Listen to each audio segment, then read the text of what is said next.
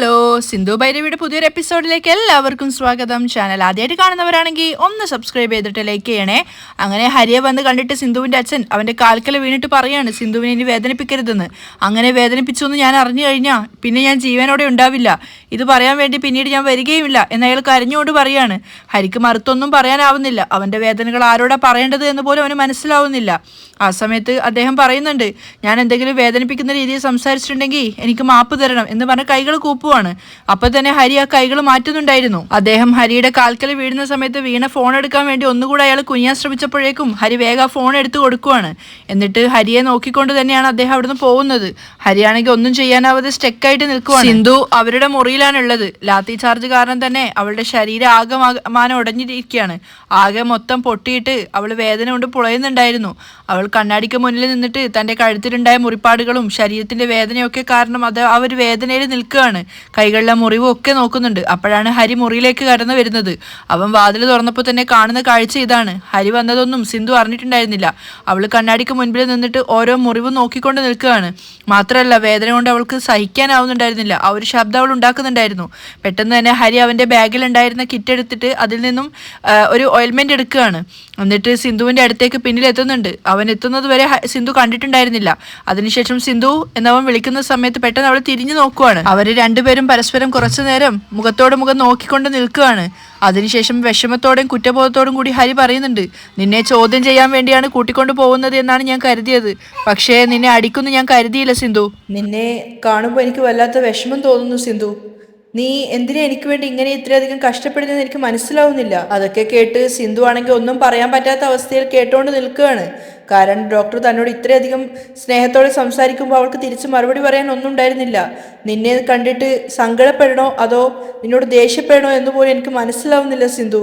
ഞാൻ നിന്നോട് ചോദിക്കുന്നത് ഒരേ ഒരു കാര്യമേ ഉള്ളൂ. ഈ ലോകത്തിൽ ആരും എന്നെ വിശ്വസിച്ചിട്ടില്ലെങ്കിലും എനിക്കൊരു കുഴപ്പമില്ല. പക്ഷെ എൻ്റെ വല്യമ്മ എന്നെ വിശ്വസിക്കണം.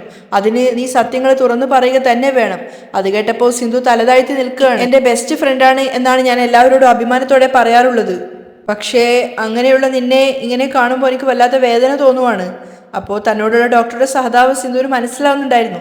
അതിനുശേഷം തൻ്റെ കയ്യിലുണ്ടായിരുന്ന മരുന്ന് സിന്ധുവിന് കൊടുത്തുകൊണ്ട് അവൻ പറയാണ്, ഇന്നാ ഇത് നിന്റെ അടികൊണ്ട സ്ഥലത്തൊക്കെ പുരട്ടിക്കോളൂ, പെട്ടെന്ന് ശരിയായിക്കോളും. അവളത് വേഗം വാങ്ങിക്കുകയാണ്. അവൾക്ക് സങ്കടപ്പെടണോ സന്തോഷിക്കണോ എന്ന് മനസ്സിലാവുന്നുണ്ടായിരുന്നില്ല.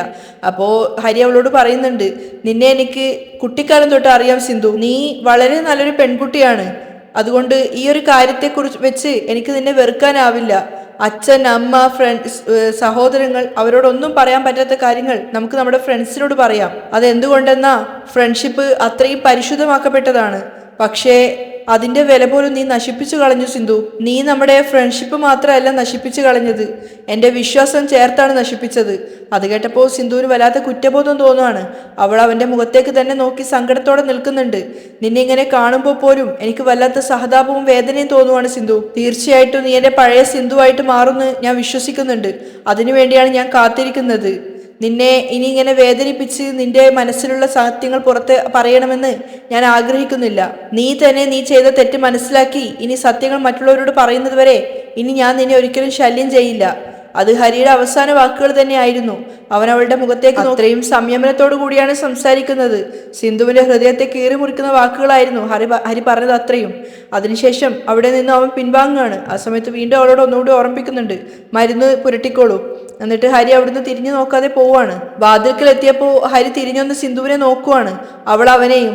രണ്ടുപേർക്കും എന്തൊക്കെയോ പറയാനുണ്ടെങ്കിലും ഒന്നും പറയാനില്ലാത്തൊരവസ്ഥയായിരുന്നു. ഹരി അവിടെ നിന്ന് പോയതിനു ശേഷം സിന്ധു എങ്ങനെയൊക്കെയോ കഷ്ടപ്പെട്ട് വന്ന് ബെഡിൽ ഇരിക്കുകയാണ്. എന്നിട്ട് അവൻ കൊടുത്ത ആ ഒരു ഓയിൽമെന്റ് എടുത്തിട്ട് അവളുടെ മുറിവിന്റെ മുകളിൽ തേക്കുന്നുണ്ടായിരുന്നു. അവൾക്ക് നല്ല വേദന ഉണ്ടായിരുന്നു, ശരീരാസകലം വേദനിക്കുകയാണ്. അപ്പോൾ അങ്ങോട്ടേക്ക് ഭൈരവി വന്നിട്ടുണ്ടായിരുന്നു. ഭൈരവി അവളോട് പറയുന്നുണ്ട്, സിന്ധു മരുന്നിങ്ങോട്ട് താ, ഞാൻ പുരട്ടിത്തരാം. വേണ്ട ഭൈരവി, ഞാൻ തന്നെ പുരട്ടിക്കോളാം. അപ്പോൾ ഭൈരവി ആണെങ്കിൽ ദേഷ്യത്തോട് പറയുന്നുണ്ട്, ഞാൻ ആ സമയത്ത് കലക്ടറെ കൂട്ടിക്കൊണ്ട് വന്നില്ലായിരുന്നെങ്കിൽ ആ DYSP നിന്നെ അടിച്ചു കൊല്ലുമായിരുന്നു. അത് കേട്ടപ്പോൾ സിന്ധു അവളുടെ മുഖത്തേക്ക് നോക്കുകയാണ്. കാരണം അത് യാഥാർത്ഥ്യം തന്നെയാണെന്ന് അവൾക്കും അറിയായിരുന്നു. എനിക്ക് DYSPയുടെ മേലും സ്നേഹയുടെ മേലും ഒരു ദേഷ്യമില്ല. നിന്നെ ആരും അറിയാതെ തട്ടിക്കൊണ്ടുപോയി താലി കെട്ടിയില്ലേ ആ ഹരി, അവന്റെ മേലാണ് എന്റെ ദേഷ്യം മുഴുവനും. അത് കേട്ടപ്പോൾ സിന്ധു സങ്കടത്തോടും കുറ്റബോധത്തോടും കൂടി ഭൈരവിയെ നോക്കുവാണ്. അല്ലാതെ ഇത്രയും നാണം കെട്ടൊരു പ്രവൃത്തി ചെയ്തതും പോരാഞ്ഞി പോലീസിൽ അറിയിച്ചിട്ട് ഡിവൈഎസ്പിയുടെ അടി നിനക്ക് വാങ്ങിത്തരികയും ചെയ്തില്ലേ? എനിക്കിപ്പോൾ അവനെ കാണുമ്പോൾ തന്നെ ഇറിറ്റേറ്റ് ആയിട്ടാണ് തോന്നുന്നത്. സിന്ധുവിന്റെ നോട്ടം മുഴുവൻ തന്റെ പ്രിയപ്പെട്ട ഡോക്ടറെ തെറ്റിദ്ധരിച്ച് ഭൈരവി സംസാരിക്കുന്നതിലായിരുന്നു. അപ്പോൾ ഭൈരവി പറയുന്നുണ്ട്, നിന്റെ സ്ഥാനത്ത് ഞാനായിരുന്നെങ്കിൽ അവൻ കെട്ടിയ താലി വലിച്ചെറിഞ്ഞിട്ട് അവന്റെ മുഖത്തേക്ക് നോക്കി 4 ചോദ്യം ചോദിച്ചിട്ട് എപ്പോഴും ഈ വീട് വിട്ട് പോവുമായിരുന്നു. ആ ഒരു സംസാരം പോലും സിന്ധുവിന് സഹിക്കാനാവുന്നതായിരുന്നില്ല. കാരണം ഹരിയുടെ താലി കിട്ടാൻ വേണ്ടിയാണ് അവൾ ഇത്രയും കഷ്ടപ്പാട് പെടുന്നത്. അപ്പൊ പിന്നെ എങ്ങനെയാണ് ആ താലി വലിച്ചെറിഞ്ഞ് പോവാനാവുക എന്ന് അവൾ അവളോട് തന്നെ ചോദിക്കുകയാണ്. അപ്പോൾ ഭൈരവി പറയുന്നുണ്ട്, നീയാണെങ്കിൽ നോക്ക്, അവൻ താലി കെട്ടിപ്പോയി എന്നും പറഞ്ഞിട്ട് താല്പര്യമില്ലാത്ത ഒരുത്തന്റെ കൂടെ ജീവിതകാലം മുഴുവൻ സന്തോഷത്തോടു കൂടി ജീവിക്കാമെന്ന് കരുതിയിട്ട് അവൻ ചെയ്യുന്ന എല്ലാ തെറ്റുകളും ക്ഷമിച്ച് മാപ്പാക്കി പുറത്തു കൊടുത്ത് അവനൊപ്പം തന്നെ ജീവിക്കുകയാണ്. നിന്നെക്കുറിച്ച് ചിന്തിക്കുമ്പോൾ എനിക്ക് വല്ലാത്ത സങ്കടം തോന്നുവാണ് സിന്ധു. അതിനൊന്നും മറുപടി ഇല്ലാതെ മിണ്ടാതെ ഇരിക്കുകയാണ് സിന്ധു. കാരണം അവൾക്ക് അതിന് മറുപടി പറയാൻ സാധിക്കുമായിരുന്നില്ല. അപ്പോൾ ഭൈരവി ചോദിക്കുന്നുണ്ട്, ഹരിയും അവന്റെ അമ്മയും എത്രത്തോളം അപമാനിച്ചുകൊണ്ടാണ് നിന്നെ മുന്നോട്ടേക്ക് കൊണ്ടുപോകുന്നത്? നീ തന്നെ ഒന്ന് ആലോചിച്ച് നോക്ക് സിന്ധു. നിനക്ക് ഇങ്ങനെ ഒരു ജീവിതം ആവശ്യമുണ്ടോ? ഇനി ഒരു പ്രാവശ്യം കൂടി ഹരി നിന്റെ അടുത്ത് ഇങ്ങനെയൊക്കെ പെരുമാറുകയാണെങ്കിൽ ഞാൻ വെറുതെ ഇരിക്കുന്നു കരുതണ്ട. അത് കേട്ടപ്പോൾ സങ്കടത്തോടു കൂടി സിന്ധു പറയുന്നുണ്ട്, ഭൈരവി, ഡോക്ടർ നല്ലയാള് തന്നെയാണ്. ആ സ്നേഹയല്ലേ എനിക്കെതിരെ പരാതി കൊടുത്തത്. അതിന് ഡോക്ടർക്ക് എന്താ ചെയ്യാൻ സാധിക്കുക? ഡോക്ടറെ എന്നിൽ നിന്നും പിരിച്ചിട്ട് അവൾക്ക് ഡോക്ടറെ കല്യാണം കഴിക്കണമെന്ന് അവൾ ആഗ്രഹിക്കുന്നുണ്ട്. അതുകൊണ്ടാണ് അവൾ ഇങ്ങനെയൊക്കെ ചെയ്യുന്നത്. ഇതിലൊന്നും ഡോക്ടർക്ക് യാതൊരു ബന്ധവും ഇല്ല. അത് മനസ്സിലാക്കി ഡോക്ടർ കുറച്ചു കഴിഞ്ഞ് മെല്ലെ മെല്ലെ എന്നെ സ്വീകരിച്ചോളും. ആ ഡിവൈഎസ്പി എന്നെ അടിക്കുന്ന സമയത്ത് പോലും എന്നെ അടിക്കരുതെന്ന് അദ്ദേഹം ദേഷ്യത്തോടെ അലറിയിട്ടുണ്ടായിരുന്നു. എന്നെ അടിക്കുന്നത് കാണാൻ വയ്യായിട്ടാണ് അദ്ദേഹം റൂമിൽ നിന്നും പുറത്തേക്ക് പോയത്. സിന്ധു ഹരിയോടുള്ള സ്നേഹത്തോടു കൂടി സംസാരിക്കുകയാണ്. പക്ഷെ ഭൈരവിക്ക് ഇതൊന്നും ഉൾക്കൊള്ളാൻ സാധിക്കുന്നുണ്ടായിരുന്നില്ല. അവള് ഹരിയോടുള്ള ദേഷ്യത്തോടെ മുഖം തിരിക്കുകയാണ്. ഇപ്പോൾ പോലും എനിക്ക് മുറിവുകൾ കണ്ടിട്ട് വല്ലാത്ത വേദനയോട് കൂടിയാണ് അദ്ദേഹം സംസാരിച്ചത്. ദാ നോക്ക്, ഈ മരുന്ന് പോലും എനിക്ക് അദ്ദേഹം തന്നിട്ട് പോയതാണ്. ഇങ്ങനെ പറയുന്ന ഒരാളോട് തിരിച്ചെന്താ പറയേണ്ടതെന്ന് അറിയാതെ ഇരിക്കുകയാണ് ഭൈരവി. അങ്ങനെയുള്ള ഒരാൾക്ക് എന്നോട് സ്നേഹമില്ല എന്ന് പറയാൻ പറ്റുമോ? എന്നോട് സ്നേഹമുള്ളത് കൊണ്ടല്ലേ അദ്ദേഹം ഇങ്ങനെയൊക്കെ ചെയ്യുന്നത്. സിന്ധു അപ്പോഴും ഹരിയിൽ വിശ്വസിക്കുകയാണ്. ഹരി തീർച്ചയായിട്ടും എൻ്റെ കൂടെ തന്നെ ചേർന്ന് ജീവിക്കും. നീ ഒരു കാരണവശാലും എൻ്റെ കാര്യം ആലോചിച്ചിട്ട് ടെൻഷൻ അടിക്കണ്ട. എന്നെയും ഹരിയും തമ്മിൽ വേർപിരിക്കാൻ ആർക്കും സാധിക്കില്ല.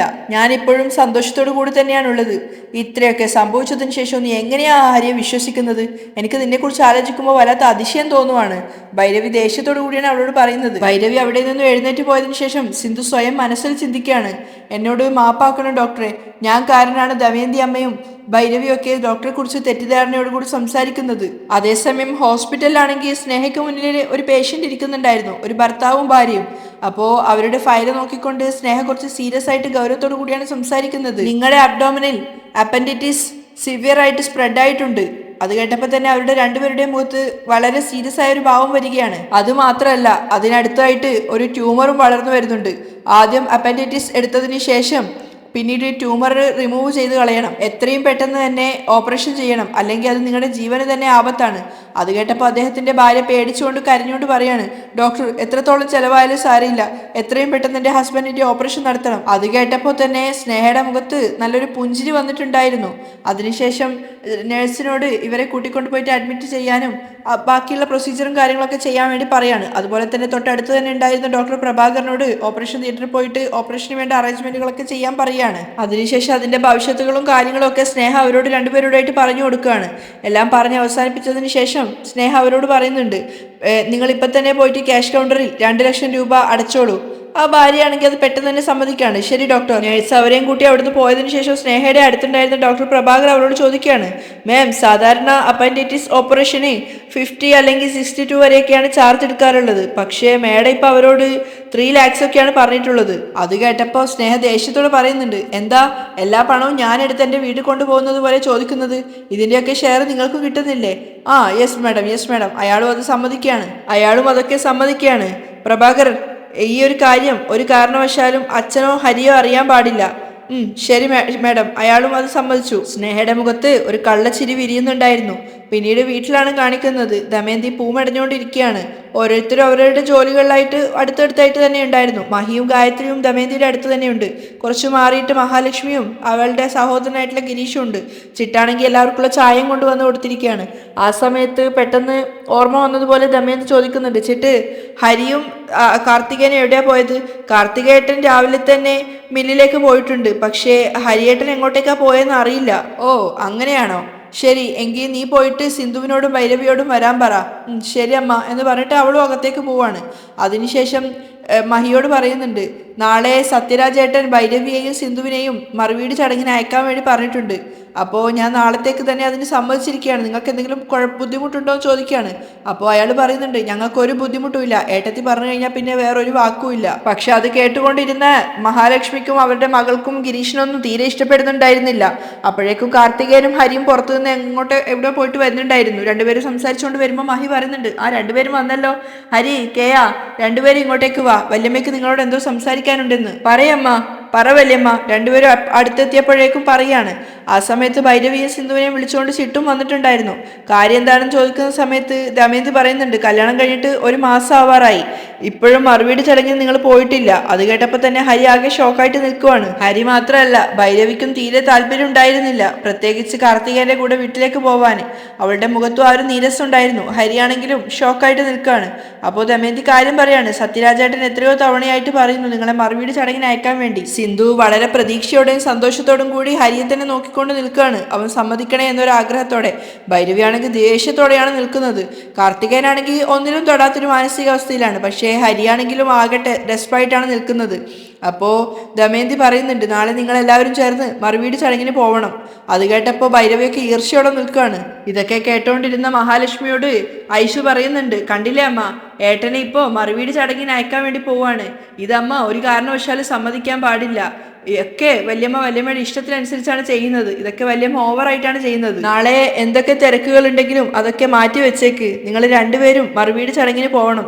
ഞാൻ അദ്ദേഹത്തിന് വാക്ക് കൊടുത്തിരിക്കുകയാണ്. അപ്പോൾ ഹരിയാണെങ്കിൽ അത് കേട്ടപ്പോൾ അവൻ ഒന്നുകൂടെ ടെൻഷൻ ആവുന്നുണ്ട്. കാരണം വല്യമ്മ വാക്ക് കൊടുത്തിരിക്കുകയാണ്. അപ്പോൾ KM പറയുന്നുണ്ട്, എനിക്ക് പ്രശ്നമൊന്നുമില്ല അമ്മ, ഞാൻ എന്തായാലും പോവാം. അപ്പോൾ അവനെ തന്നെ നോക്കി പല്ലു അടിച്ചുകൊണ്ട് നിൽക്കുകയാണ് ഭൈരവി. അവൾ മനസ്സിൽ ചിന്തിക്കുന്നുണ്ട്, അതെ അതെ, നിനക്ക് പ്രശ്നമൊന്നുമില്ലടാ, പ്രശ്നങ്ങളൊക്കെ എനിക്കാണല്ലോ. നീ ഇപ്പോൾ മറുവീട്ടിൽ വന്നിട്ട് എന്ത് ചെയ്യാൻ പോവാണ്? അപ്പോൾ ദമയന്തി ആണെങ്കിൽ ഹരിയെ തന്നെ നോക്കിക്കൊണ്ട് നിൽക്കുകയാണ്. അവനൊന്നും ഇതുവരെയായിട്ട് മറുപടി പറഞ്ഞിട്ടില്ല. കാർത്തികേയൻ പറഞ്ഞ സ്ഥിതിക്ക് ഹരിയോടും ചോദിക്കുകയാണ്, എന്താ ഹരി മോനൊന്നും പറയാത്തത്? നിനക്ക് മറുവീട്ടിന് പോകാൻ താല്പര്യമില്ലേ? അപ്പോൾ സിന്ധു ആണെങ്കിൽ ദയനീയമായിട്ട് ഹരിയെ നോക്കുന്നുണ്ട്. അവൻ്റെ നോട്ടം സിന്ധുവിലേക്കും അതുപോലെ ദമയന്തിയിലേക്കും മാറിക്കൊണ്ടിരിക്കുന്നുണ്ടായിരുന്നു. എല്ലാറ്റിലും ഉപരി സിന്ധുവിൻ്റെ അച്ഛൻ വന്ന് കാൽക്കൽ വീണതും ഹരിയുടെ ഓർമ്മയിലേക്ക് വരികയാണ്. നീ വരുമെന്ന് ഞാൻ സത്യരാജ് ഏട്ടന് വാക്ക് കൊടുത്തിട്ടുണ്ട്. ഈ വല്യമ്മയുടെ വാക്ക് നീ സംരക്ഷിക്കുമല്ലോ അല്ലേ? അതുകൂടെ കേട്ടപ്പോൾ ഹരി ഒന്നും പറയാനാവാതെ നിൽക്കുവാണ്. സിന്ധുവിന്റെ അച്ഛൻ തന്റെ കാൽക്കൽ വീണ് കരഞ്ഞോട് പറഞ്ഞിട്ടുണ്ട്, ഇനി മോൻ കാരണം എൻ്റെ മോൾക്ക് ഒരു വിഷമവും വരാൻ പാടില്ല. അപ്പൊ അദ്ദേഹത്തിന് അവനും വാക്ക് കൊടുത്തതാണ്, ഇനി ഞാൻ കാരണം നിങ്ങളുടെ മോൾക്ക് ഒരു വേദനയും വരില്ല എന്ന്. അതുകൊണ്ട് തന്നെ എല്ലാവരും ആകാംക്ഷയോടെ നോക്കിക്കൊണ്ട് നിൽക്കുക ഹരി സമ്മതിക്കുകയാണ്, ഞാൻ പോകാൻ വല്യമ്മ. അത് കേട്ടപ്പോൾ സിന്ധുവിന് പറഞ്ഞറിയിക്കാനാവാത്ത സന്തോഷം തോന്നുന്നുണ്ട്, അതിനേക്കാളേറെ ദമയന്തിക്കും. പക്ഷേ മഹാലക്ഷ്മിക്കും ഐസിനും അത് കേട്ടപ്പോൾ ദേഷ്യം വരുന്നുണ്ടായിരുന്നു. അതുമാത്രമല്ല, എല്ലാവരുടെയും മുഖത്ത് സന്തോഷം നിറഞ്ഞ സമയത്ത് ദമയന്തി പറയുന്നുണ്ട്, ഇത് മതി മോനെ. ഇത് കേട്ടപ്പോൾ തന്നെ എൻ്റെ മനസ്സിന് സമാധാനമായി. നീ മറുവീട് ചടങ്ങിന് വരാമെന്ന് പറഞ്ഞതിന് താങ്ക്സ് ഉണ്ട് ഡോക്ടറെ. സിന്ധു മനസ്സിൽ അവനോട് നന്ദി പറയാണ്. ആരെയും കൂടുതൽ നോക്കാൻ നിൽക്കാതെ ഹരി പിന്നെ പെട്ടെന്ന് തന്നെ തിരിച്ച് മുറിയിലേക്ക് നടക്കുവാണ്. പിന്നാലെ കാർത്തികേയനും. അപ്പോൾ ദേഷ്യത്തോടെ ഐഷു ആണെങ്കിൽ അമ്മയോട് പറയുന്നുണ്ട്, ഇതെന്താ അമ്മ ഏട്ടൻ പെട്ടെന്ന് തന്നെ വരാമെന്ന് പറഞ്ഞത്? എനിക്ക് ഈ ഏട്ടനെ തീരെ മനസ്സിലാക്കാൻ സാധിക്കുന്നില്ല അമ്മ. എന്തിനാ ഏട്ടൻ ഇങ്ങനെ വല്യമ്മയെ പേടിക്കുന്നത്? എന്നെക്കൊണ്ട് വരാൻ പറ്റില്ല എന്ന് വാ തുറന്ന് പറഞ്ഞാൽ പോരെ? ഇതാണെങ്കിൽ വല്യമ്മയെ പേടിച്ചിട്ട് ഒക്കത്തിലും സമ്മതിക്കുകയാണ്. നിന്റെ ഏട്ടൻ ഞാൻ പറയുന്ന എന്തെങ്കിലും അനുസരിച്ചിരുന്നെങ്കിൽ ഇങ്ങനെയൊന്നും സംഭവിക്കില്ലായിരുന്നു. ഇനി എന്തു പറഞ്ഞിട്ട് എന്താ കാര്യം? അപ്പോൾ ഐഷു പറയുന്നുണ്ട്, അമ്മ പ്ലീസ് അമ്മ, ഏട്ടനെ പോവാൻ അനുവദിക്കരുതമ്മ. എന്തെങ്കിലും കാരണം പറഞ്ഞിട്ട് ഇതിനെ ഒഴിവാക്കണമ്മ. മഹാലക്ഷ്മി ആണെങ്കിൽ എന്തോ ഒരു ചിന്തയിലാണ് ഇരിക്കുന്നത്. അപ്പോൾ ദമയന്തി മഹിയോട് പറയുന്നുണ്ട്, മഹി നാളെ അവർക്ക് പോകാനുള്ള എല്ലാ ഏർപ്പാടുകളും നീ ചെയ്യണം. ഓ അതൊക്കെ ഞാൻ ചെയ്തോളാം ഏട്ടത്തി. അപ്പോൾ ഐഷു ആണെങ്കിൽ ദേഷ്യത്തോട് അമ്മയോട് പറയുന്നുണ്ട്, ഓ അമ്മ, ഈ വല്യമ്മ പറയുന്നതൊക്കെ അച്ഛനാണെങ്കിൽ സമ്മതിച്ച് തലയാട്ടിക്കൊണ്ടിരിക്കും. എന്തിനാ അമ്മ ഇദ്ദേഹത്തെ പോലെ ഒരാളെ അമ്മ കല്യാണം കഴിച്ചത്? ഞാൻ എന്തിനാടി അയാളെ പിടിച്ച് കല്യാണം കഴിക്കുന്നത്? ഇതോ ഇരിക്കുന്നുണ്ടല്ലോ ഒരു വല്യമ്മ, അവൾ ഒറ്റയൊരുത്തിയാണ് അയാളെ എൻ്റെ തലയിലേക്ക് കെട്ടിവെച്ചത്. അതും പറഞ്ഞിട്ട് ദേഷ്യത്തോടെ മഹാലക്ഷ്മി എഴുന്നേക്കാണ്. ഇതൊക്കെ കാണാനാണല്ലോ എൻ്റെ വിധി എന്നും പറഞ്ഞുകൊണ്ട് ഹരി അവൻ്റെ ലാപ്ടോപ്പിൽ എന്തൊക്കെയോ ചെയ്തുകൊണ്ടിരിക്കുമ്പോഴാണ് മഹാലക്ഷ്മി ഐഷുവും കൂടെ അങ്ങോട്ടേക്ക് വരുന്നത്. ഹരി എന്താണ് ഇതൊക്കെ? ആ ദമയന്തി ഓരോരോ കാര്യങ്ങൾ ചെയ്യാൻ വേണ്ടി തീരുമാനിക്കും. നീയാണെങ്കിൽ നിന്റെ സ്വന്തം ഭാര്യയാണ് സിന്ധു എന്ന രീതിയിൽ ഒട്ടും തന്നെ ആലോചിക്കാതെ ഞാൻ പോവാം എന്ന് പറഞ്ഞത് എന്തിനാ? എന്താ നിന്റെ പ്രശ്നം? നീ അവളെ ഭയക്കുന്നുണ്ടോ? ഇങ്ങോട്ട് നോക്കരി, അവളുടെ വീട്ടിലേക്ക് നീ പോവുകയൊന്നും വേണ്ട. ലക്ഷ്മി പറയുന്നത് കേട്ടപ്പോൾ ഹരി അമ്മയുടെ മുഖത്തേക്ക് നോക്കുവാണ്. നീ അവളുടെ വീട്ടിലേക്കൊന്നും പോവണ്ട. എത്ര ധൈര്യം ഉണ്ടായിട്ടാണ് അവളെ ഇത്രയധികം തല്ലിയിട്ടും അവളെ ചോദ്യം ചെയ്ത ഡിവൈഎസ്പിയോടുത്ത് വീണ്ടും അവള് നീ തട്ടിക്കൊണ്ട് പോയിട്ടാണ് താലി കെട്ടിയത് എന്ന് പറഞ്ഞത്. ദമയന്തിയൊക്കെ നീ കരുതുന്നത് പോലെ അത്ര നല്ല സ്ത്രീയൊന്നുമല്ല. അവര് നിന്നെ കൊടുക്കാൻ വേണ്ടിയാണ് ഇങ്ങനെ ഓരോരോ ട്രാപ്പിൽ പെടുത്തിക്കൊണ്ടിരിക്കുന്നത്. അത് കേട്ടപ്പോ ഹരി ഒന്നും പറയാതെ അമ്മയുടെ മുഖത്തേക്ക് നോക്കുവാണ്. ഇപ്പൊ തന്നെ നീ ആലോചിച്ച് നോക്ക്, ഇത്രയധികം ചോദ്യം ചെയ്തിട്ടും ഡിവൈഎസ്പിക്ക് മുൻപിൽ അവൾ പറഞ്ഞ സത്യങ്ങള് സിന്ധു മാറ്റി പറയാൻ തയ്യാറായില്ലല്ലോ. ഇത്രയൊക്കെ ചെയ്ത അവൾക്ക് ഇത്രയും ശിക്ഷ നമ്മൾ കൊടുക്കണ്ടേ? നീ എന്തുകൊണ്ടാ ഹരി ഇത്രയും ക്ഷമയോടെ നിൽക്കുന്നത്? ക്ഷമയ്ക്കും ഒരു അതിരുണ്ട് ഹരി, പറഞ്ഞില്ലെന്ന് വേണ്ട. ഇതൊക്കെ അതിന്റെ റൂമിന്റെ ജനലിന്റെ പുറത്തു നിന്ന് സിന്ധു കേൾക്കുന്നുണ്ടായിരുന്നു. അവളുടെ കണ്ണൊക്കെ നിറയാണ്, അവൾക്ക് വല്ലാതെ ടെൻഷൻ തോന്നുന്നുണ്ട്. അമ്മ ഇങ്ങനെ എരികേറ്റുന്നതിനനുസരിച്ച് ഹരി ഡോക്ടറുടെ മനസ്സ് മാറുമെന്നൊക്കെ അവൾക്ക് ഭയം തോന്നുവാണ്. അതേസമയം ലക്ഷ്മിയാണെങ്കിൽ അവനോട് പറയുന്നുണ്ട്, കള്ളം എന്താണെന്ന് പോലും അറിയുകയും പറയുകയും ചെയ്യാത്ത സ്വാമിമാരെ കൊണ്ടുവരെ കള്ളം പറയിപ്പിച്ചിട്ടുണ്ടെങ്കിൽ അവൾ എത്രത്തോളം വലിയൊരു ക്രിമിനൽ ആയിരിക്കുമെന്ന് നീ ഒന്ന് ആലോചിച്ച് നോക്ക്. അപ്പോൾ ഹരി അത് ചിന്തിക്കുകയാണ്. നീ ഒന്ന് ചിന്തിച്ചാൽ മാത്രം മതി. നിന്നെ കൊണ്ട് അവൾ എന്തെങ്കിലുമൊക്കെ മനസ്സിൽ പ്ലാൻ ഇട്ടിട്ടുണ്ടാവും. നീ എത്ര പെട്ടെന്ന് അവളെ ഈ വീട്ടിൽ നിന്നും പുറത്താക്കുന്നുവോ അത്രത്തോളം നിനക്ക് പെട്ടെന്ന് തന്നെ സമാധാനവും ക്ഷമയും കിട്ടും. നീ ഇപ്പോൾ മറുവീട് ചടങ്ങിനൊന്നും പോവുകയൊന്നും വേണ്ട. മറുവീട് ചടങ്ങിന് പോകാൻ പറ്റില്ലെന്ന് ദമയന്തിയുടെ മുഖത്തടിച്ച് പോയിട്ട് പറഞ്ഞിട്ട് വാ. അത് കേട്ട സമയത്ത് ഹരി അമ്മയുടെ മുഖത്തേക്ക് നോക്കിയിട്ട് അവൻ പറയുന്നുണ്ട്, അമ്മ എന്നോട് ക്ഷമിക്കണം, എന്നെ കൊണ്ട് അങ്ങനെ പറയാൻ സാധിക്കില്ല. അത് പുറത്തു നിന്ന് കേട്ടപ്പോൾ സിന്ധുവിനാണെങ്കിൽ പറഞ്ഞറിയിക്കാനാവാത്ത സന്തോഷം തോന്നുവാണ്. തൻ്റെ ഡോക്ടറാണ് പറയുന്നത് തനിക്കൊപ്പം മറുവീട് ചടങ്ങിന് വരാൻ സമ്മതമാണെന്ന്.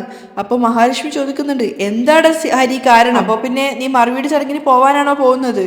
അതിന് മറുപടിയായിട്ട് ഹരി പറയുന്നത്, വല്യമ്മ അവർക്ക് ഞങ്ങൾ പോകുന്ന വാക്ക് കൊടുത്തിട്ടുണ്ട്, അതുകൊണ്ട് പോയേ പറ്റൂ. അത് കേട്ടപ്പോൾ മഹാലക്ഷ്മിയുടെ മുഴുവൻ ദേഷ്യവും പുറത്തേക്ക് വരികയാണ്. അവർ സംഹാര താണ്ഡവത്തോടെ അവിടെ നിന്ന് ചാടി എഴുന്നേറ്റിട്ട് ഐശ്വര്യനോട് പറയുന്നുണ്ട്, ഇവനോട് പറഞ്ഞിട്ട് യാതൊരു കാര്യവും ഇല്ല. ഇവനിങ്ങനെ മിണ്ടാതെ നിൽക്കുന്നത് കാരണം അവൾ കാലിൽ ചിലങ്ക കെട്ടി ആടുന്നത്. ഇങ്ങോട്ട് നോക്ക് ഹരി, നീ അവളുടെ വീട്ടിലേക്ക് പോകുന്നതിന് എനിക്ക് ഒട്ടും താല്പര്യമില്ല. ഇനി പോകുന്നതും പോവാത്തതൊക്കെ നിന്റെ ഇഷ്ടം. ലക്ഷ്മി ദേഷ്യത്തോടെ മുറിയിൽ നിന്നും ഇറങ്ങി പോവാണ്. പിന്നാലെ ഐശ്വവും പോകുന്നുണ്ട്. അപ്പോൾ ഹരിയാണെങ്കിൽ ആകെ ഒരു വല്ലാത്ത അവസ്ഥയിലാണ് ഇരിക്കുന്നത്. വല്യമ്മ പറഞ്ഞ വാക്ക് തട്ടിക്കളയാൻ അവൻ ഒരിക്കലും സാധിക്കില്ലായിരുന്നു. അതേസമയം അവൾ ജനലിന് പുറത്തു നിന്ന് നോക്കുന്ന സിന്ധുവിനാണെങ്കിൽ വല്ലാത്ത സന്തോഷം തോന്നുന്നുണ്ട്. അവൾക്ക് ഡോക്ടറെ ഒന്ന് കെട്ടിപ്പിടിക്കണം എന്നൊക്കെ തോന്നുന്നുണ്ട്. അവിടെയാണ് ഇന്നത്തെ എപ്പിസോഡ് വൈൻഡപ്പ് ചെയ്യുന്നത്.